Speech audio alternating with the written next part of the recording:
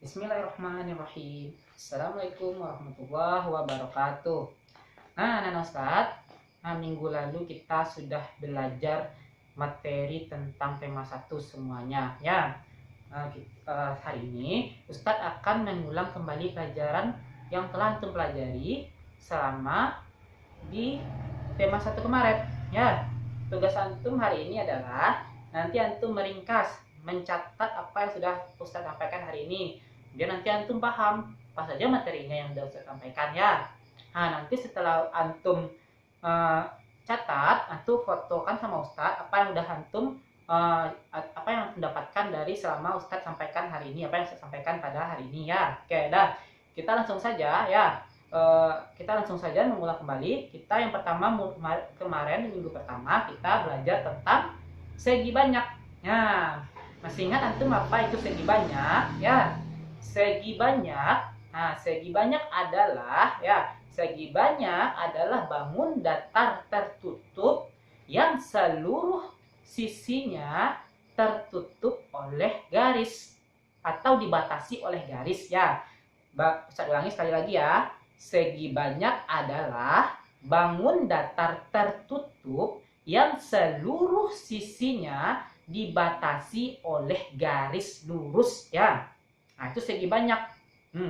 Jadi kalau misalnya dia tidak dibatasi oleh garis, ya, atau misalnya dia ada yang tidak tertutup. Misalnya seperti ini, coba antum perhatikan, ya. Saya seperti ini. Ada yang tidak tertutup, berarti bukan segi banyak. Segi banyak itu dia bangun datar tertutup yang seluruh sisinya dibatasi oleh garis. Jadi kalau ada yang tidak tertutup, berarti bukan segi banyak. Nah, satu lagi, kalau misalnya di sini garisnya ada yang tidak lurus, ini juga bukan segi banyak. Jadi segi banyak itu garisnya harus lurus. Walaupun ini semuanya tertutup, ya, tapi dia ada yang tidak lurus garisnya, berarti dia bukan segi banyak. Paham di sini, ya? Itu tentang segi banyak. Segi banyak itu dia juga terbagi atas 2 jenisnya, ya. Yang pertama, segi banyak beraturan. Yang kedua, segi banyak yang tidak beraturan.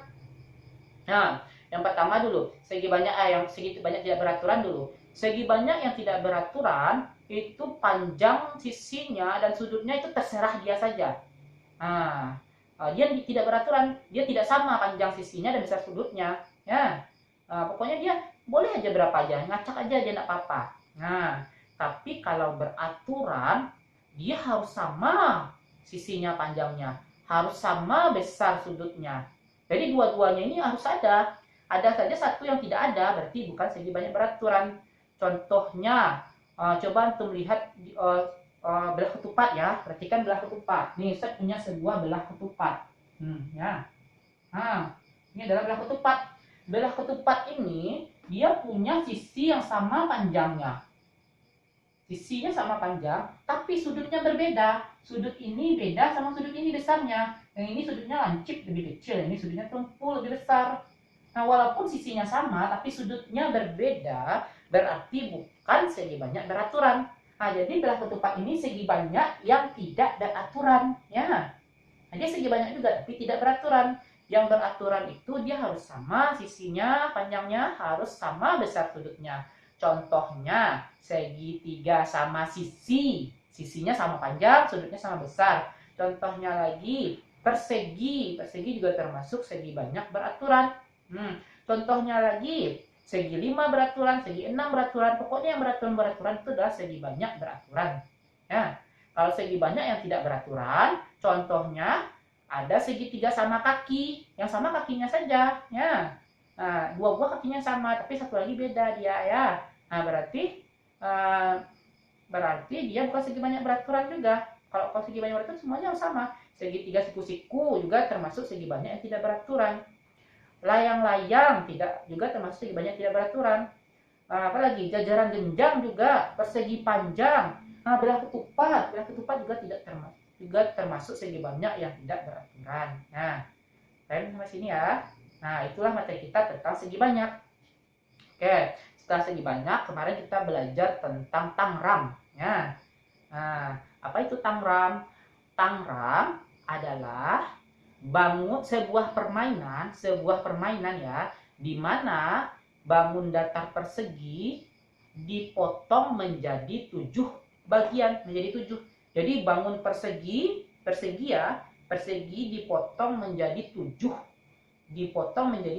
bagian ya. Nah, dan kemudian disusun kembali menjadi sebuah karya seni. Nah, berarti itulah tangram ya.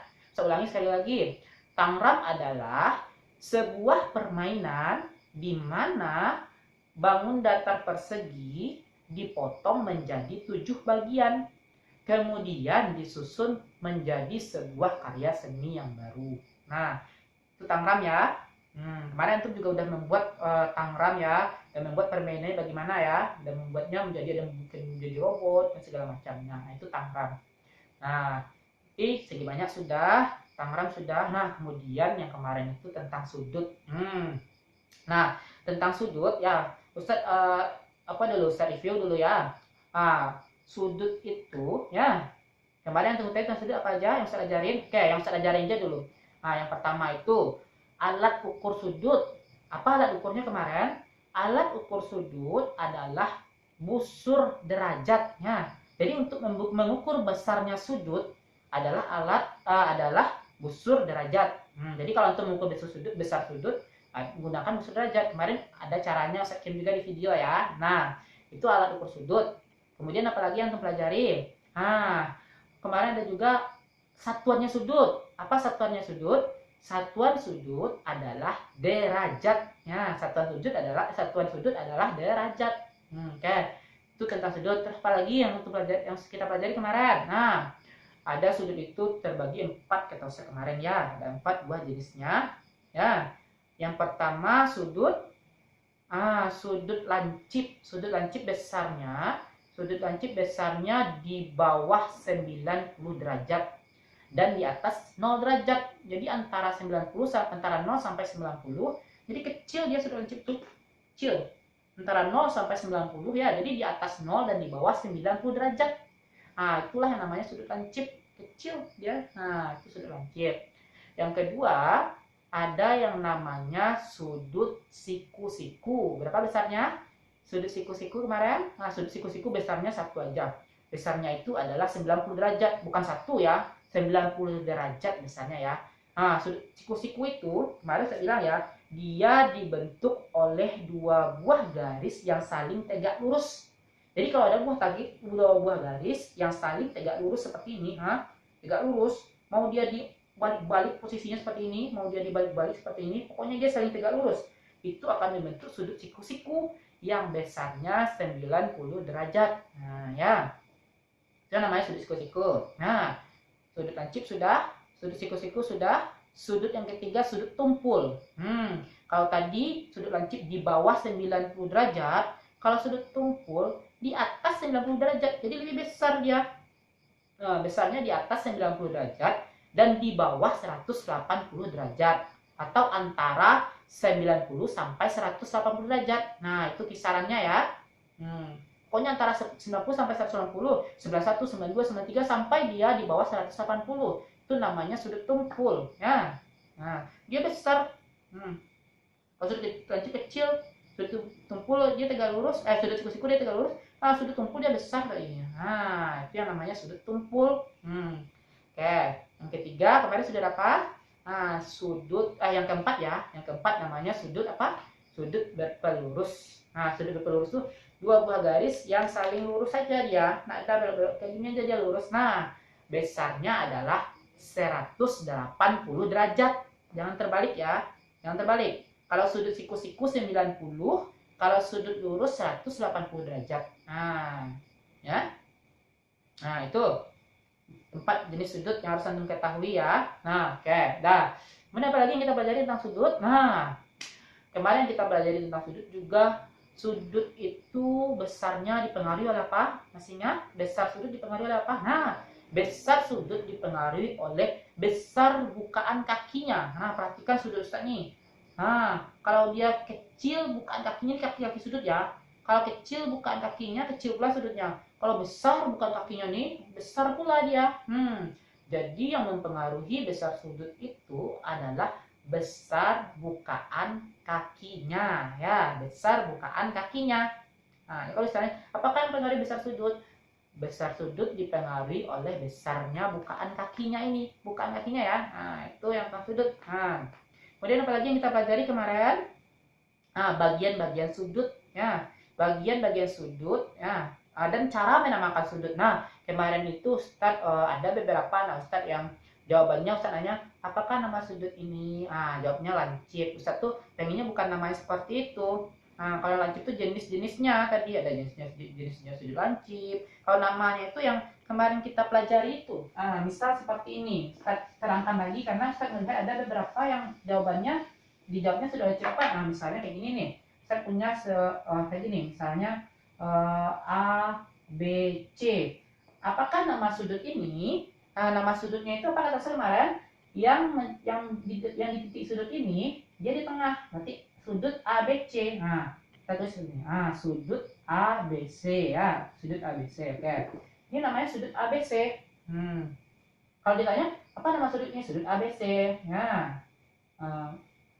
Kalau yang lancip yang bilang itu adalah jenis sudutnya. Jadi sudutnya apa? Sudut lancip. Nah, tahu sudut lancip ABC ditulis boleh? Ya, boleh juga ditulis. Nah, jadi begini cara menamakannya. Yang terletak di titik sudut itu di tengah letaknya. Boleh juga kita tulis sudut CBA, boleh.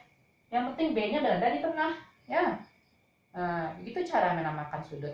Ya, nah yang jadi titik sudut. Nah, kan bagian-bagian sudut. Yang di tengah ini kemarin namanya apa? Nah, yang bagian tengah ini namanya adalah titik sudut. Nah, titik sudut. Kalau misalnya ditanya, apakah titik sudut di sana? Nah, titik sudutnya di sini berarti B. Titik sudut. Nah, titik sudut adalah B. Adalah yang B ya. Sudut adalah B. Ya, tuh bagiannya titik sudut. Terus ada lagi kemarin kita belajarnya apalagi selain titik sudut, kaki sudut. Kaki sudut yang mana? Dari titik sudut ke bagian yang lainnya. Misalnya berarti kaki sudut yang dari sini ke sini. Nah, kaki sudut. Nah, kalau kaki sudutnya berarti BA dan BC. Nah, ini bukan A bukan C, tapi dari B ke A dan dari B ke C. Kalau antum jawab A sama C salah. Kalau A sama C namanya juga titik, bukan kaki. Kaki itu dia panjang lagi. Nah, kalau cuma A saja atau C saja itu bukan kaki sudut namanya. Ya, kaki sudut itu dia panjang seperti ini. Nah, itulah yang namanya kaki sudut. BA dan BC itu adalah kaki sudut. Titik sudut yang mana? Yang di tengah ini, yang menjadi yang ini ya, yang menjadi sudutnya itu, yang di sini. Di mana? Yang di tengah itu letaknya. Itulah yang menjadi titik sudut. Nah, menamakan sudut bagaimana? Letakkan titik sudutnya itu di tengah. Nah, itu maksud Ustadz kemarin. Apa nama sudut ini? Nah, Ustadz pengen jawabannya itu kemarin, tapi itu banyak yang menjawabnya semuanya sudut lancip, sudut lancip. Nah, sudut lancip, sudut itu, setungkul, dan sudut yang lainnya itu adalah jenis-jenis sudut. Tapi kalau untuk jawab kemarin itu sudut lancip ABC boleh. Nah, ya, hanya kurangnya sedikit ya. Nah, tuh. Nah, itu bagian dari sudut. Nah, kemarin ada lagi Ustaz ketinggalan beberapa tentang sudut ya. Sekarang akan Ustaz jelaskan ada 2 yang ketinggalan kemarin. Nah, sekarang saya tambah penjelasan tentang sudut. Nah, yang pertama, lambang sudut. Nah, jadi kalau sini kalau tulisnya sudut. Nah, nanti jangan lagi sudut. Sudut itu ada lambangnya. Nah, lambang sudut. Nah, lambang sudut itu adalah seperti ini dia. Nah, itu lambang sudut. Ini dibaca sudut. Kalau misalnya ya ini baca sudut. Misalnya tulis sudut ABC, berarti kita menulisnya seperti ini. Sudut ABC. Nah, jadi ini sudah mewakili sudut. Ini lambangnya. Sudut CBA berarti sudut CBA. Nah, ini adalah lambang sudut. Ingat ya, ini adalah lambang sudut. Saya itu sampai sini ya. Nah, itu lambang sudut. Nah, terus ada lagi satu saya ketinggalan ya kemarin ya. Nah, yang terakhir ya, yang membentuk sudut. Apakah membentuk sudut? Nah, ini yang paling penting sebenarnya. Ketinggalan kemarin kapan Ustaz ya. Nah, sudut itu dibentuk oleh ya. Kapan? Coba untuk perhatikan nih. Sudut ini dibentuk oleh apa? Coba. Ini sudut kan? Coba. sudut ini, ya sudut ini dibentuk oleh, ya Ustaz, aku ini ya, ini apa ini ya. Nah, kita fokus sekarang bagian sini, ya. Jadi sudut ya dibentuk oleh, nah, sudut dibentuk oleh, nah kalau kita lihat sudut ini dibentuk oleh, nah sudut dibentuk oleh dua buah garis. Ini kan garis ya, dua buah garis yang saling bertemu di sebuah titik. Jadi ada dua buah garis, dia bertemu di sebuah titik. Nah, itu yang kita namakan, itulah yang membentuk sudut. Jadi sudut dibentuk oleh dua garis ya yang saling bertemu pada satu titik. Nah, pada satu titik. Dan dua buah garis ini bertemu di satu titik. Maka terbentuklah sudut. Nah, itulah pelajaran kita yang sudah kita pelajari selama di tema 1. Nah, sekarang silakan antum ringkas apa yang saya sampaikan hari ini, catat di buku latihannya, ya. Setelah itu fotokan sama Ustadz nanti, ya. Nah, bagi yang sudah menonton video ini, silakan antum berkomentar di bawah, ya. Misalnya Nabil, Ana Nabil hadir Ustadz. Nah, buat seperti itu biar Ustadz tahu siapa aja yang sudah menonton video, ya. Ambil absennya di sana, ya. Oke. Ustaz sudahi, mari kita sudahi dengan alhamdulillahirabbil alamin. Kita sudahi dengan doa sesudah belajar. Subhanaka Allahumma wa bihamdika asyhadu an la ilaha illa anta astaghfiruka wa atubu ilaik. Assalamualaikum warahmatullahi wabarakatuh.